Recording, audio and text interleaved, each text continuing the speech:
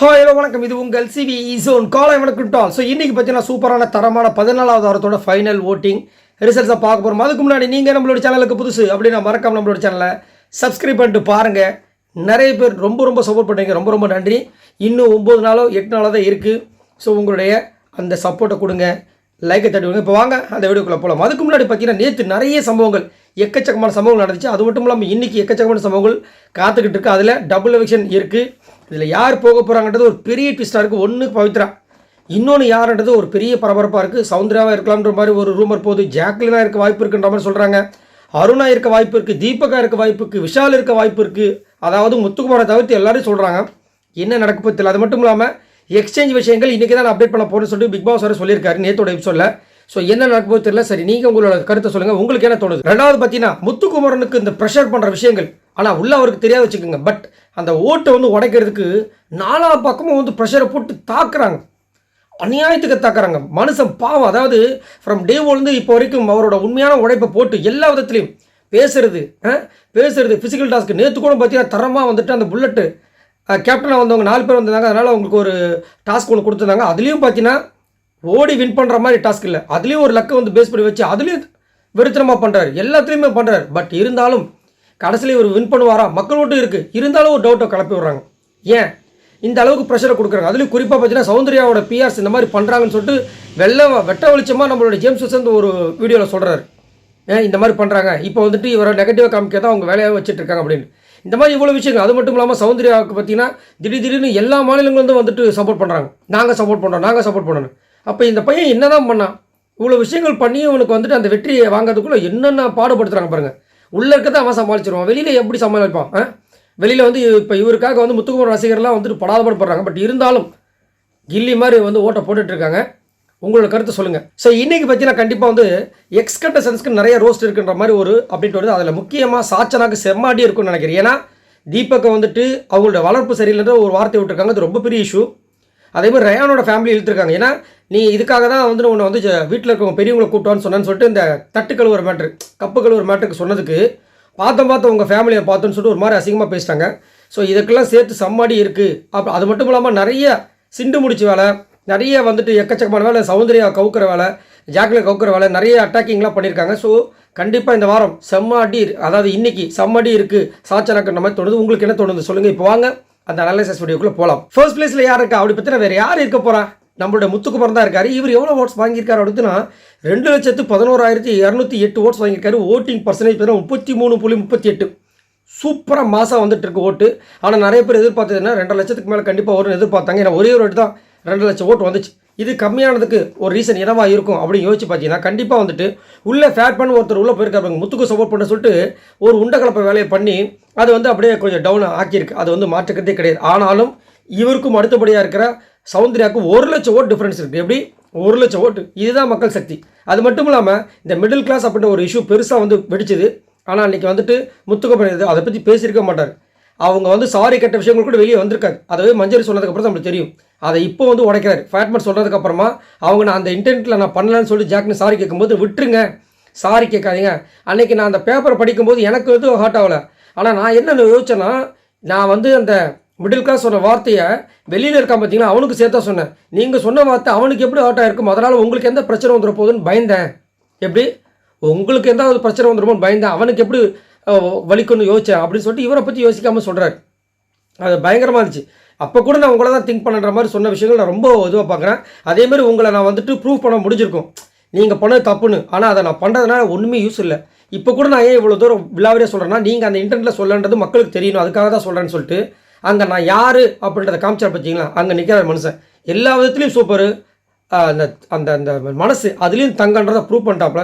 இதை பற்றி உங்களோட கருத்தை சொல்லுங்கள். 2வது பிளேஸில் பற்றி நம்மளுடைய சௌந்தர்யா இருக்காங்க. இவங்க எவ்வளோ ஓட்ஸ் வாங்கியிருக்காங்க அப்படின்னு பார்த்தீங்கன்னா 1,13,647 ஓட்ஸ் வாங்கியிருக்காங்க. ஓட்டிங் பர்சன்டேஜ் பார்த்தீங்கன்னா 17.96.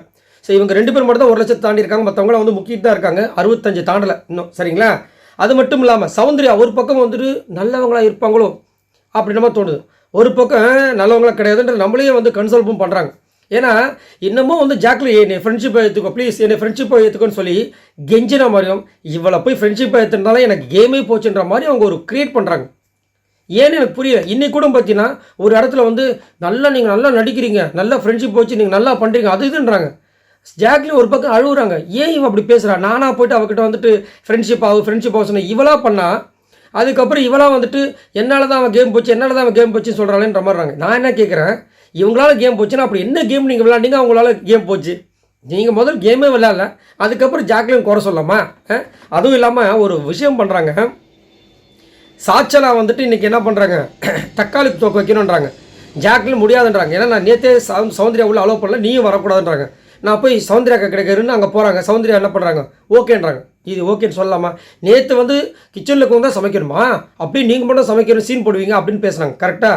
அப்போ இப்போ என்ன பண்ணியிருக்கணும், அவங்க மட்டும் தானே சொன்னாங்க, அப்போ அவங்க தான் பண்ணணும், நீ போகாத அப்படின்னு சொல்லியிருக்கணும். அதை விட்டுட்டு என்ன பண்ணுறாங்க, பரவாயில்ல விடு அப்படின்றாங்க. ஸோ உங்களுக்கு தேவைன்னா நேற்று வந்து பிரச்சனை பெருசாக்குவீங்க, இப்போ தேவையில்லைன்னா சாட்சி நான் பண்ணுன்றாங்க. அவங்க ஆனால் ஒத்துக்கவே இல்லை. ஜாக்லின் நேற்று அவளை நான் ஒத்துக்கல, அதே மாதிரி இப்போ நான் ஒத்துக்கிட்டா அது என் மேலே தப்பாடு பெரிய பிரச்சனை வரும்னா நான் அவங்கக்கிட்ட பேசிக்கிட்டேன்றாங்க. விஷாலும் ஓகேன்றாரு. அப்போ வந்து கடைசியில் முட்டாளாக வருது நம்ம ஜாக்லின். அதை நல்லா பண்ணுறீங்க.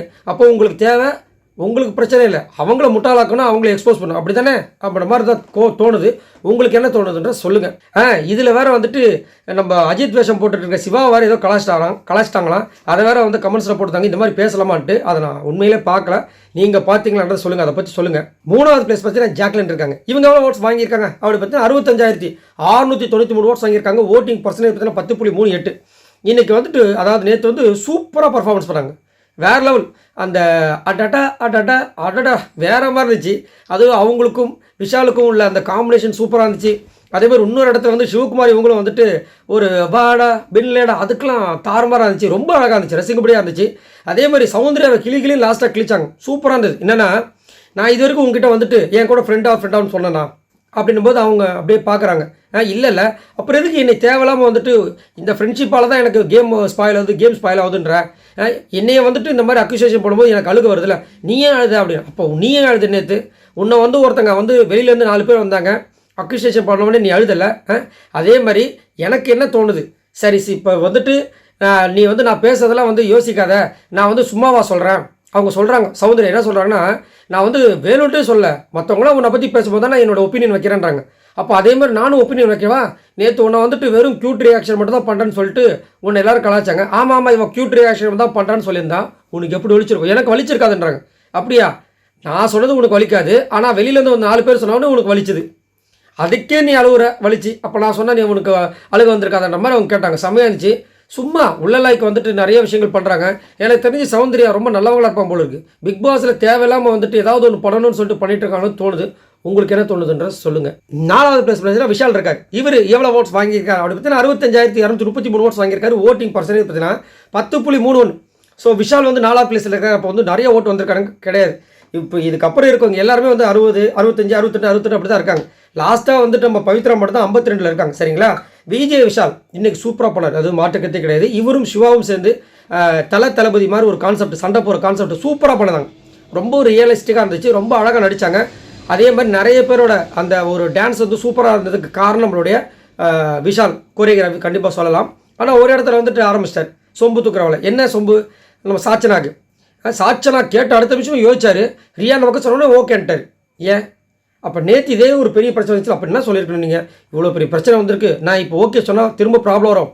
அதே மாதிரி நான் கேப்டனாக இருக்கும்போது தான் அன்ஷிதாக்கு சொன்னேன்னு சொல்லிட்டு என்னை ஒரு பெரிய பிரச்சனையில் வந்து கோத்து விட்டாங்க, அதனால் நான் பண்ண முடியாது சொல்லியிருக்கணும்.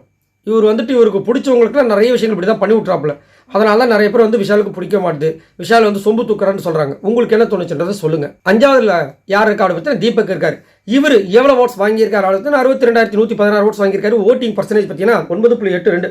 தீபக் சேஃப் கேம் இருக்கான்னு கேட்டிங்கன்னா கண்டிப்பாக இருக்குது. ஆனால் ஒரு இடத்துல ஃபீல் பண்ணார். ஏன் ஃபீல் பண்ணார்னா, காலையில் வர்ஷினி வந்துட்டு அவங்க வந்துட்டு கொஞ்சம் வந்துட்டு அங்கே போய் பார்த்தாங்க, மிஸ் அண்டர்ஸ்டாண்டிங்னு ஒரு விஷயம் வந்துச்சு. அருணை வந்துட்டு உள்ளே அலோவ் பண்ணாங்க ஜாக்லின்னு சொல்லிட்டு ஜாக்லின் கிட்ட போய் வீம்புக்கு சண்டை போட்டாங்க. இங்கே வந்து சொல்ல வந்திருக்காங்க.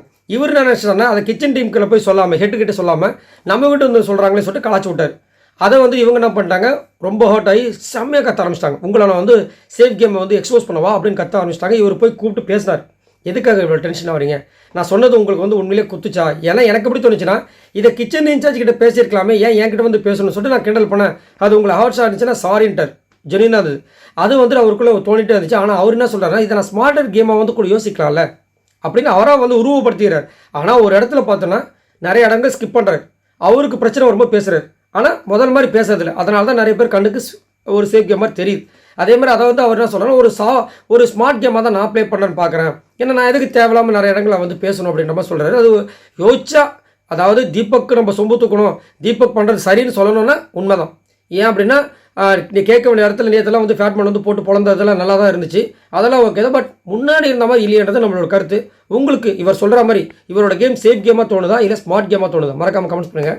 6வது பிளேஸில் பார்த்தீங்கன்னா நம்மளுடைய அருண் இருக்கார்.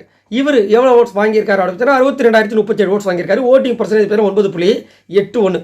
ஸோ அருண் இன்றைக்கி என்ன பண்ணார் அப்படின்னு கேட்டிங்கன்னா, ஜாலியாக இருந்தார், ஜாலியாக விளையாண்டார், ஜாலியாக பாடினார், ஜாலியாக கிட்டார் அடித்தார், ஜாலியாக வந்துட்டு நம்ம வர்ஷினி கூட சூப்பராக கொஞ்சம் ஜாலியாக பேசினார். மற்றபடி என்ன பண்ணான்னு தெரியல. உங்களுக்கு எதாவது தெரிஞ்சுன்னா சொல்லுங்கள். அந்த புல்லட் டாஸ்க்கு, அதாவது அந்த ராயல் என்ஃபீல்டு முத்துக்கு அடுத்தபடியே செம்ம சூப்பராக ஸ்மார்ட்டாக ப்ளே பண்ணார்ப்பில். கொஞ்சம் ஜஸ்ட்டில் தான் வந்து இவர் தோத்தார். அதை கூட நம்மளால் வந்துட்டு இவரை தோக்க ஸ்டாப்பில். அது நல்லா இருந்துச்சு, வேற மாதிரி இருந்தது.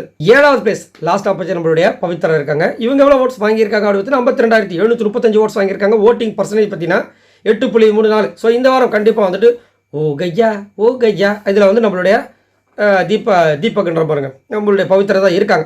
ஸோ அவங்க தான் கண்டிப்பாக போக போகிறாங்க. அது மட்டும் இல்லாமல் சரணம் அந்த பாட்டில் வந்துட்டு திடீர்னு தாடிலாம் வச்சு பண்ணாங்க. ரொம்ப அழகாக இருந்துச்சு. ரொம்ப ஒரு சூப்பரான ஒரு விஷயம் பண்ணாங்க. அவங்க ஆடுற விஷயங்கள் எல்லாமே நல்லா இருக்குது, பார்க்குறதுக்கு நல்லா இருக்காங்க, க்யூட்டாக இருக்காங்க, எல்லாமே நல்லா இருக்குது.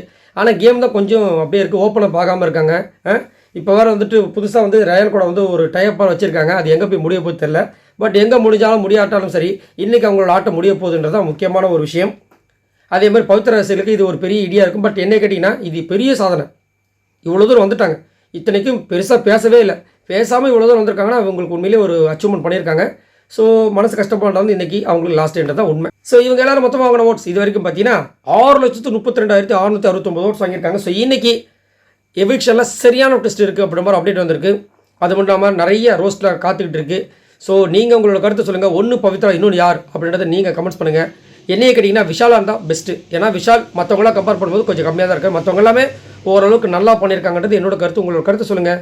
மறக்காமல் அந்த லைக் பட்டன் தட்டி விடுங்க. மறக்காமல் ஃபாலோ பண்ணுங்கள். பாய் நண்பர்கள்.